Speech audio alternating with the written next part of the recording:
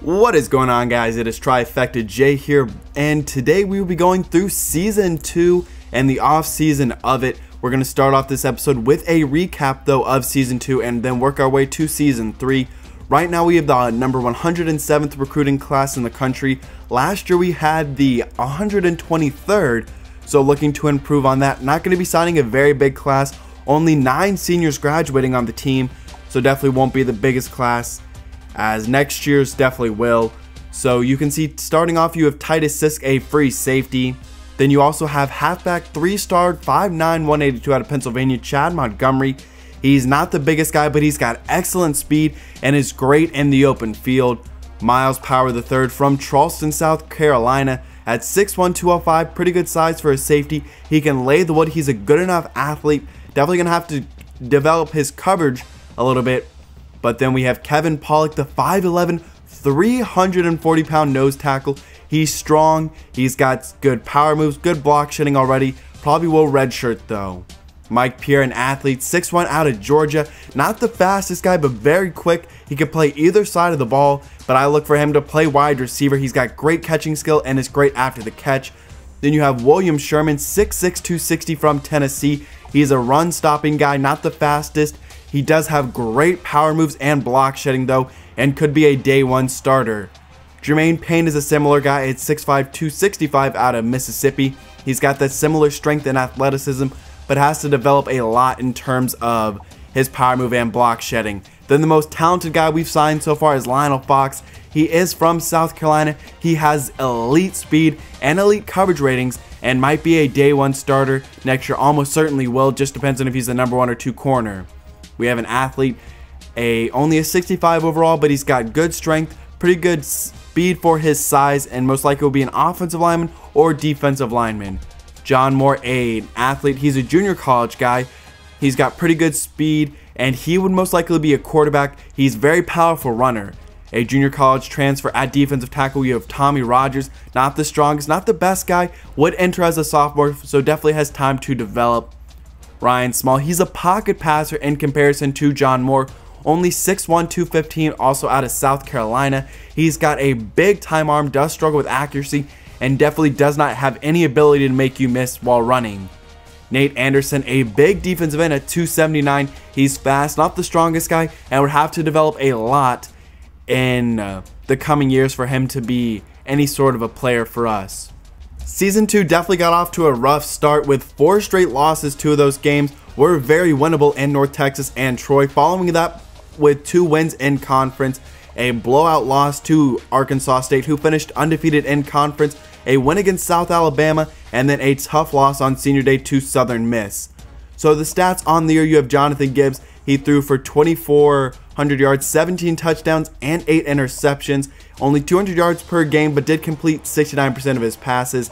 Added on 8 more touchdowns with 1 less interception with about 100 more yards. So definitely a good season from him. Elton Huff, another, I believe, around 800-yard season, averaging 4.5 yards per carry. He did have a few less touchdowns, though. As you can see, 6 fewer touchdowns, but did put up 15 more yards. As a team, we just rushed for a lot fewer rushing touchdowns. The receiving corps was definitely led by Allen Harrison, 686 yards, doubling up anyone else on the team. However, 5 touchdowns for Damian Ransom leads the team, and you can see 12 drops for Allen Harrison. He got a lot of targets, but still, that's a lot of drops and something he needs to fix in his senior year. Ernest Harrison led our team with tackles. We had a number of contributors. John Paul Cutler was a surprise starter. He got the start at right end over the true freshman TJ Hines and was the best run stopper on our team. Then you had Khalif Keenan, who saw a reduced role this year, but was very important when he did play, with Ernest Harrison taking his job. Xavier Burns led the team with 5 sacks, and Markel Reyes had 4 interceptions to lead the team. Didn't force a ton of fumbles, less than 1 a game, and recovered 1 for every 3 games that we played. On the offensive side of the ball, we were towards the bottom in offensive yards, but did have about 100 more yards this year than we did last, with all of that coming from passing. Put up about 100 more yards passing than we did. One of the worst rushing offenses, along with averaging 0.6 fewer yards per game. But I really feel like that does come from we were in a lot fewer shootouts, than we were in year 1. Our defense does improve with 300 fewer yards allowed. We gave up 56 fewer points, so a drastic improvement there. Like I said, fewer shootouts. We had 5 more sacks, but 4 fewer interceptions, and we did have 2 more fumble recoveries, so 2 less takeaways as a whole. In conference, you had 8-0 Arkansas State, 7-1 Troy. At 3-5, we finished in 6th place of our conference. Definitely should see some improvement in year 3. First team All-American Richie James from Middle Tennessee. And on first team going through, we have no one. On second team, Quentin Flowers and Marlon Mack are on that team. And then on the second team, we have no one there either. So no All-NCAA first or second team. But then we get to the All-Freshman team, and we do have one player there, and it is Ernest Harrison. So that is nice to see. Now we get to the Sun Belt All-First team, as Markel Reyes and Ernest Harrison both make it. So 2 defenders from our secondary who was regularly lit up is interesting to see. Now to the second team, no one on offense. You do have Kavika Watts though, which is nice to see. So 3 people from our secondary receive all Sun Belt honors. Going through the awards, the Walker goes to Leonard Fournette.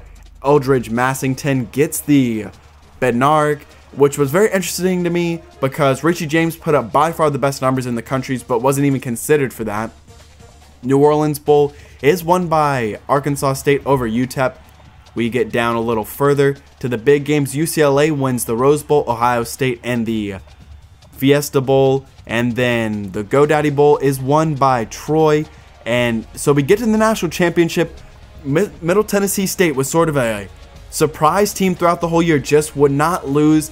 And they would not lose their final game of the year, as they are your national champions, finishing #1, beating LSU. There were a lot of the questions about their strength of schedule, but they showed in the national championship that they deserved to be there.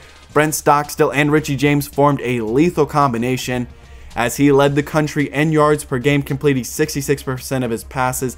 The leading rusher is Timothy McVeigh with about 150 more yards than anyone else, averaging nearly 150 yards per game. But like I was saying, Richie James led the country in receptions, touchdowns, and receiving yards, so really shocking to see him not get the first team or Bednarik award. So now we move into the offseason and move our way towards season 3. It was a 1-game improvement in season 2. We went 2-10 and then 3-9. In the Sun Belt, you can see the defensive coordinator retires and a new head coach for New Mexico State as Doug Martin gets fired. It's Phil Bennett who will come in, a new head coach for South Alabama, along with Louisiana Lafayette, as Steve Adazio will be coming in for Lafayette. Rick Stockstill, who led Middle Tennessee to the national championship, gets the Pitt job, so his son will be playing his senior year without his dad, who has been his coach for all the years that he's been in school. And Middle Tennessee does promote their defensive coordinator to be the new head coach. We get to players leaving. We had 9 seniors graduate, key players like Brian Thomas, Khalif Keenan, Elton Huff, the all-time leading rusher, and Jameel Valentine, who played well in his senior year. And then we do have one guy who will be trying to transfer. It's Aaron Wright. He was originally recruited as a defensive end, was moved to defensive tackle. He's 6'6", 305, so a big lineman. He did not play this year. He redshirted. He has good speed for a defensive tackle. Definitely is a guy who was needing to develop, and we will try and convince him, telling him he would be playing in 9 games, which definitely was possible, but he does decide to transfer. He feels like he could get more playing time at Georgia State. And the draft results, only 2 people from the Sun Belt were drafted. It's Kendall Sanders and Cameron Eccles-Looper. So both tight ends will no longer be playing for Arkansas State, which is a big loss for them. Now we get into the recruiting portion. We had 3 spots really left after the transfer. So Cedric Robinson gets a scholarship offer with John Moore and Tommy Rogers.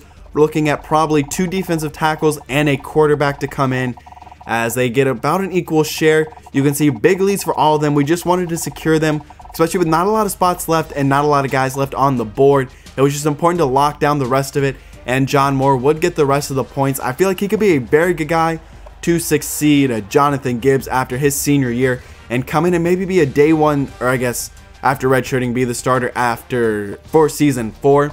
We look at the people who do not commit. A number of them on our board: Ryan Small, John Bryant, 2 quarterbacks. A number of quarterbacks on our board do not commit at all. Nate Anderson ends up going to Western Kentucky, Christian Jenkins to Arizona State, and we end up getting the 3 guys we were targeting: Cedric Robinson, John Moore, and Tommy Rogers. So that was very nice to see. However, when we look at the recruiting class, we end up finishing 123rd, mainly because it was a very small class. Not a lot of guys signed, only 11 people in the recruiting class, so you're not going to have a very high ranked class. I feel like this class though was much more high quality per player, just did not have that quantity. A look at where the top players in the recruiting class will be heading. One receiver is actually going to Middle Tennessee State. You have a couple guys who did not commit anywhere. 5-star quarterback Kyle Finley, so we'll have to see what he ends up doing with his career, and then the rest of the 5 stars there. Number 1 recruiting class goes to South Carolina, signing 22 prospects, 10 4-stars, and out of the top 10, you had, I believe that was 7 of the top 10 were SEC schools, so dominating in recruiting there. So we look at the prospects, the rankings, 2 people in the 500s, a few in the 2000s, but I feel like they're all very talented players who could be very good players for us. Evan Quinn, who is a senior guard who will be backed up by the South Florida transfer Kevin Campbell. So he will be moved to left guard. Kelvin Williams will also be moved to left guard, so we'll have a position battle there. And then John Moore gets moved to quarterback, where I said he would be playing. And then Mike Pierre gets a nice boost up to a 75 overall at wide receiver. We look at all the other options. Could play safety, but definitely fits best at wide receiver and could be a day 1 starter. Cedric Robinson could play along the offensive line, but at defensive tackle, it's a big hole with Aaron Wright transferring. A look now at the improvements on our roster. We have Jonathan Ratliff, Latrell Williams, who we have not seen. He's the transfer from Tennessee. And then Nate Perry are your top 3, with Ernest Harrison number 4, Terrell Byers number 5. Jonathan Gibbs gets a nice boost, gets a little faster, as does Jerome Hill, who's got nice mid-80s speed, a little low mid-80s. But Colby Lucas also be back for his senior year. Jonathan Gibbs, we look at his passing numbers, gets a little bit better on the throw power and the throw accuracy. We look at the running backs now. Mike Meadows, Steve Hawkins, and Danny Whitmore all have nice ratings and all will be competing for the starting job. Whitmore has the most experience and is the senior, so he might get the early nod. At receiver, you have a number of players. Latrell Williams, great hands along with Kenton Watkins, and then Allen Harrison, not to be forgotten about, with 700 yards in this past year. Dorian Mays gets better. Brad Hall, who started as a true freshman, gets better. Kelvin Williams and Evan Quinn, neither really separates from the other in rankings. Kerry Rodriguez, and then Maurice Gates at right tackle. Carl Gray gets better, and then Xavier Burns, who I'm expecting a big junior year from. A nice boost for Blake Cotton. I'm expecting a big senior year from him and Terrell Byers. Byers also gets a good boost. He's one of the highest rated players on our team and should be an interesting player. And right outside linebacker, both guys get a good boost. It's Eric Moore and Nathan Johnson who will be competing for that spot. Kavika Watts and Ernest Harrison get good boosts in the back of the secondary. Now, only one guy we needed to cut, so we would be looking at the bottom of the roster and decide to cut one of our guards, Ross Gallagher. He is a redshirt junior. There's a redshirt sophomore behind him with the same rating, so I just felt like he wasn't going to ever play much and was just a good guy to cut. So now we get to the end of the Season 2 offseason. The next episode will be the Season 3 preview, including the recruiting board, the guys we're going to redshirt, depth chart, schedule, and some practice footage to get a quick preview of the team going into Season 3. But I hope you did enjoy today's episode. If you did, please leave a like down below. Leave your comments on the offseason down below. Who are you expecting to have a big time impact in Season 3? Maybe a guy who didn't have a big one so far in his career. Also, which of the recruits are you expecting to maybe have a big impact in their first year on campus? Let me know down below in the comments. But I hope you did enjoy today's episode. Please subscribe for more of the Mount Pleasant Dynasty. I'll see you later, 'cause I'm out.